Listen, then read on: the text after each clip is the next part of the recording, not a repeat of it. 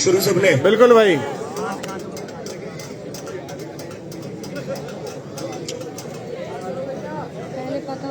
शुरू कर दिया? बिल्कुल भाई। जो लोग ये वीडियो देख रहे हैं अपने घर पर बैठकर ऑनलाइन, यहाँ पर हम पिछले 2 दिन से बैठे हुए हैं और आज रात भी हम यहाँ बैठेंगे। तो मैं आप लोगों से पूछना चाहता हूँ, कब तक घर पर बैठोगे? निकलो बाहर। बिल्कुल भाई, बिल्कुल निकलो। किस बात का डर है? कोई डर नहीं है। डर है? हम लोग बैठे हुए 2 दिनों से, कुछ गलत नहीं हुआ है, कुछ गलत नहीं किया है, ना कुछ गलत हुआ है। तो आप किस बात का डर लेकर बैठे हुए हो अपने घरों में?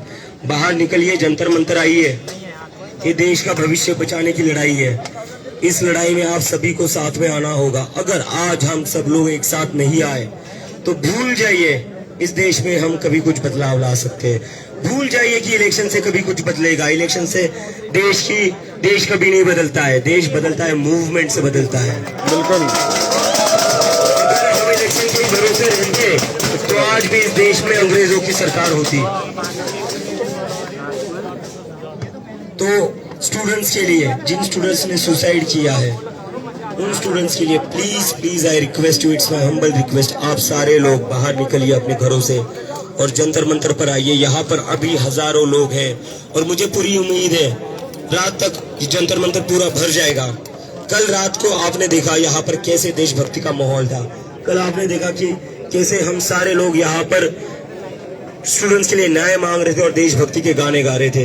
यहाँ पर कोई गलत काम नहीं हो रहा है तो आपको कोई डरने की जरूरत नहीं है।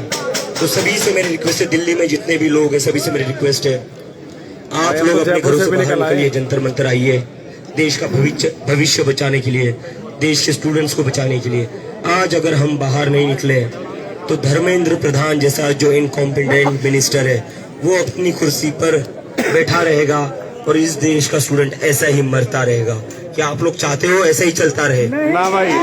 क्या आप लोग चाहते हो ऐसा ही चलता रहे? अगर आप लोग चाहते हो कि स्टूडेंट्स की सुसाइड रुकनी चाहिए, अगर आप चाहते हो कि धर्मेंद्र प्रधान की कुर्सी जानी चाहिए, तो पहले अपनी कुर्सी से उठिए, अपने सोफा से उठिए।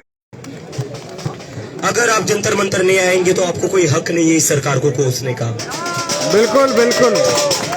अगर आप खुद एक्शन नहीं ले सकते, अगर आप खुद अपने घरों से बाहर नहीं निकल सकते, तो ऑनलाइन रैंट करने का कोई मतलब नहीं है। मौका मिला है, मौका मिला है चीजें बदलने का।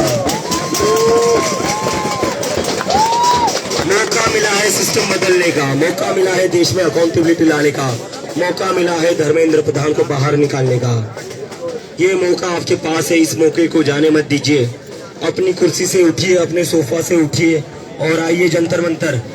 आपके खाने का इंतजाम यहाँ पर कई सारे लोग कर देंगे। लंगर से खाना आ रहा है, टेंशन मत लीजिए, पूरी रात यहाँ बैठेंगे। मैं यहाँ स्टेज पर सोया था, कई सारे दोस्त थे जो यहाँ सड़क पर सोए थे। कोई टेंशन नहीं है, डरिए मत। कब तक डर डर कर जिएंगे? पिछले 10-12 साल से डर डर कर ही तो जी रहे हैं ना। बिल्कुल भाई। और कितना डर कर जिएंगे? अरे ना, ऐसे डर कर जीने का क्या पॉइंट है? हमारा देश भाई किसी एक पार्टी का नहीं है, हमारा है ना, हमारा है। हमारे वोट से ही सरकार बनती है ना। बिल्कुल। क्या हमारे वोट से सरकार नहीं बनती, किसी और के वोट से सरकार बनती है? आजकल तो ईवीएम का दौर चल रहा है। देश हमारा है, सरकार हमारे वोट से बनती है। जब संविधान हमारे लिए लिखा गया है तो हमें किस बात का डर होना चाहिए? तो हम किस बात का डर लेकर घर पर बैठे हुए हैं? अभी के अभी अपने सोफा से उठिए, अपने काउच से उठिए, अपनी कुर्सी से उठिए और आइए जंतर मंतर। इस मुहिम में जुड़िए, इस मूवमेंट में जुड़िए, इस उम्मीद के साथ जुड़िए। एक देश को नई उम्मीद मिली है इस देश का सिस्टम बदलने की, देश में अकाउंटेबिलिटी लाने की और एक एग्जाम्पल सेट करने की कि इसके बाद अगर एक पेपर भी लीक होता है, इसके बाद अगर एक स्टूडेंट भी सुसाइड करता है तो किसी भी मंत्री की कुर्सी नहीं बचेगी। सही बात है भाई, बहुत बढ़िया। फिर चाहे वो भले ही प्रधानमंत्री क्यों ना हो। बिल्कुल। एक चांस मिला है एग्जाम्पल सेट करने का, ये चांस जाने मत दीजिए। अगर हमने ये चांस जाने दिया तो ये जो बच्चे हैं जो आज स्कूल में, वो हमें कभी माफ नहीं करेंगे। ये बच्चे हमें कभी माफ नहीं करेंगे, और ये बच्चे तो छोड़िए, हमारे अपने जो होने वाले बच्चे वो कभी माफ नहीं करेंगे। तो जो लोग ये वीडियो देख रहे हैं, मैं फिर से आपसे अपील कर रहा हूँ, निकलिए अपने घर से बाहर, अपने काउच, अपने कुर्सी से उठिए और आइए Jantar Mantar and join the movement. यहाँ पर देश का भविष्य बचाने के लिए हम लोग जुड़े हुए हैं। Thank you.